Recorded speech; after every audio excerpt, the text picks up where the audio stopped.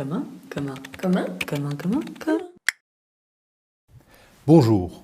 Dans le premier module de ce cours, mes collègues et moi-même allons introduire la notion de commun, puis d'urbanisme des communs. Nous allons tenter plusieurs définitions, en puisant dans l'histoire et la littérature à la fois occidentale et non occidentale. Nous aborderons l'évolution de cette notion et les conditions de sa renaissance et de sa prégnance dans les débats contemporains sur l'économie, le numérique, l'environnement et bien entendu l'urbain. Commençons donc directement par quelques éléments de définition. D'abord, les communs sont la traduction du terme anglais « commons », traduit également par « communaux » ou encore par « biens communs », sur lequel nous reviendrons tout au long du cours, car les biens communs sont considérés par un certain nombre d'auteurs comme n'étant pas des communs. Si nous prenons une synthèse des définitions de plusieurs auteurs, nous pouvons dire que les communs sont des ressources ou des biens, création de la nature ou des sociétés, dont les enjeux sont partagés par un groupe et dont l'exploitation ou la gestion se fait de manière collective. Les communs ne sont pas des biens au sens strict du terme, mais plutôt des systèmes de règles régissant des actions collectives, des modes d'existence et d'activité de communautés qui, ces communautés, ne sont pas réductibles à un agrégat d'individus intéressés. Les communs se basent sur des systèmes d'association, de solidarité et de mutualisation. Ils existent depuis toujours et dans toutes les sociétés. C'est une forme d'organisation qui permet à des groupes une meilleure gestion de leurs ressources, une mutualisation des moyens, une répartition de la force de travail et surtout permet d'assurer une durabilité de la ressource et une équité d'usage. Historiquement, on retrouve les communs notamment dans la gestion de l'eau, la pêche et l'agriculture, mais aussi dans la production de l'habitat, voire même dans la gestion des ressources financières. C'est le cas notamment des associations collectives d'épargne, connues en Afrique sous le terme de tontine et qu'on commence à retrouver aujourd'hui en Europe. Sur la photo d'arrière-plan, on peut observer un système d'irrigation et de répartition de l'eau dans les palmeraies du désert, connu sous le nom de Fougara. Elles sont construites par les communautés et gérées collectivement en permettant une répartition équitable de l'eau en fonction de la taille des champs. Les communs ont pris du recul, ou du moins n'ont pas trouvé leur place dans le système de règles en vigueur depuis la généralisation en Occident et ailleurs du droit dit romain.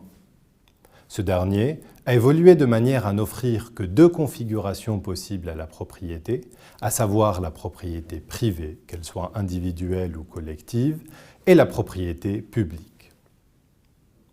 Ceci a entraîné des conflits d'ordre divers, notamment dans la gestion foncière. D'abord, des conflits d'ordre idéologique, comme c'est le cas dans les pays musulmans par exemple, où la propriété absolue n'existe normalement pas.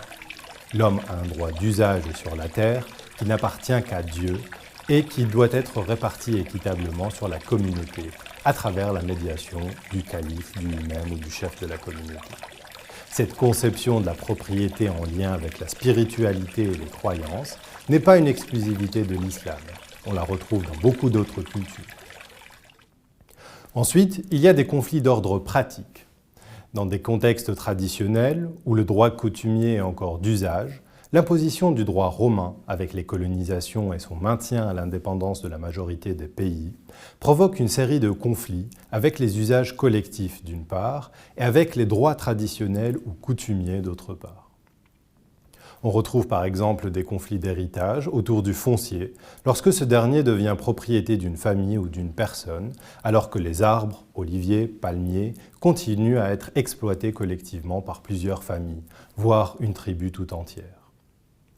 Aussi, dans la majorité des pays d'Afrique subsaharienne, il est encore d'usage que le chef coutumier attribue un droit d'usage sur le sol qui ne correspond pas au droit pratiqué par les pouvoirs publics. Cet usage traditionnel devient par conséquent informel et source de conflits, particulièrement lorsqu'il est source d'urbanisation et d'extension non contrôlée de la ville. Ma collègue Claire Simoneau reviendra ultérieurement et plus longuement sur ces questions de gestion foncière.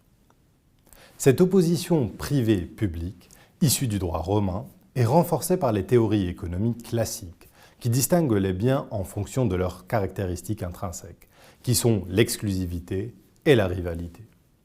Un bien est exclusif lorsque son détenteur ou son producteur peut empêcher par l'exercice du droit de propriété sur ce bien l'accès à toute personne qui refuse de l'acheter au prix qu'il en exige. C'est le cas de n'importe quel bien de consommation dont je peux bénéficier des avantages que si je l'achète au prix demandé par le vendeur qui en est le propriétaire.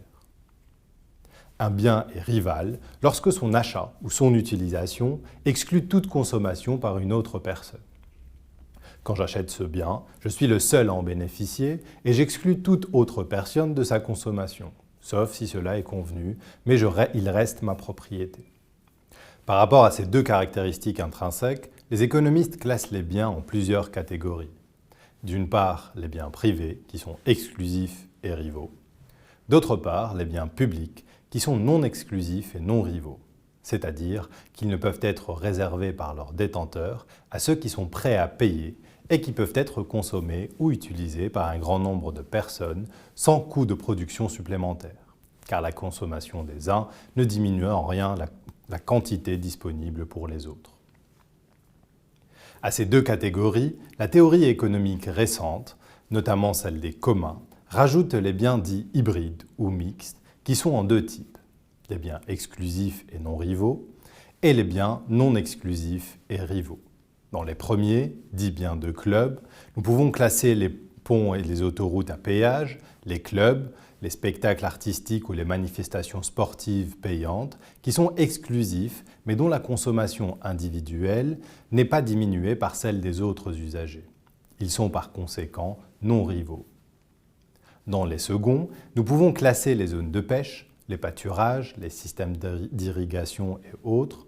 Ce sont des biens dont on peut difficilement interdire ou restreindre l'accès, mais qui peuvent faire l'objet d'une exploitation individuelle pour une utilité personnelle. Ils sont de ce fait non exclusifs, mais rivaux. Ces biens sont définis par le prix Nobel d'économie Elinor Ostrom comme des Common Pool Resources. Ils donneront naissance à la théorie économique des communs et au regain d'intérêt pour cette notion dans différents domaines.